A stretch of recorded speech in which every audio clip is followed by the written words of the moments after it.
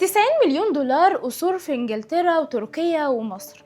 اسطول عربيات قيمته 50 مليون جنيه، عقود اعلانيه بملايين مع اكبر شركات في العالم، استثمارات في العقارات حوالين اوروبا. دي مش ثروه ايلون ماسك ولا سلطان بروناي، دي ثروه محمد صلاح. تعالوا بينا نعرف محمد صلاح عمل كام لحد دلوقتي من الكوره ومن استثماراته بره الكوره. محمد صلاح دلوقتي مش بس نجم كوره عادي، ده واحد من اغنى واشهر الرياضيين في العالم. ثروته متقدره بحوالي 90 مليون دولار، يعني مليارات بالمصري. بس لو فاكر ان كل المليارات دي جايه من الكوره يبقى ما تعرفش حاجه.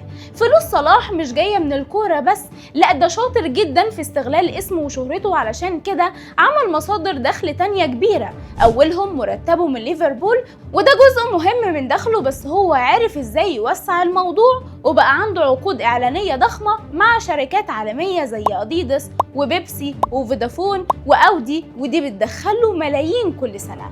كمان في تقارير اقتصاديه بتقول انه بيكسب حوالي مليون جنيه استرليني في الاسبوع من حقوق صورته والانشطه التجاريه المرتبطه بيها. وده لان صلاح مش بس مشهور في اوروبا، لا وجوده قوي جدا في العالم العربي وافريقيا، وده اللي خلى صورته تبقى كنز لاي شركه عايزه تبيع منتجاتها. اما على مستوى الاستثمارات، صلاح موزع فلوسه صح. في تركيا اشترى فيلا بحوالي 10 مليون دولار، والفيلا دي اشبه بمنتجع فيها شاطئ خاص وساونا وحمام تركي وجيم وسينما ومكتبة. وفي مانشستر في انجلترا عنده قصر 3 ادوار فيه 2 حمام سباحة وملعب جري خارجي وجراج لسياراته الفارهة وجنينة كبيرة بيقضي فيها وقت مع عيلته. وفي مصر عنده فيلا في التجمع الأول بالقاهرة بيروحها كل ما يرجع بلده. نيجي بقى للعربيات. هنا بقى صلاح عايش حياة الملوك، عنده أسطول عربيات مفيش زيه، منهم عربية بنتلي كونتيننتال جي تي سعرها 160 ألف استرليني،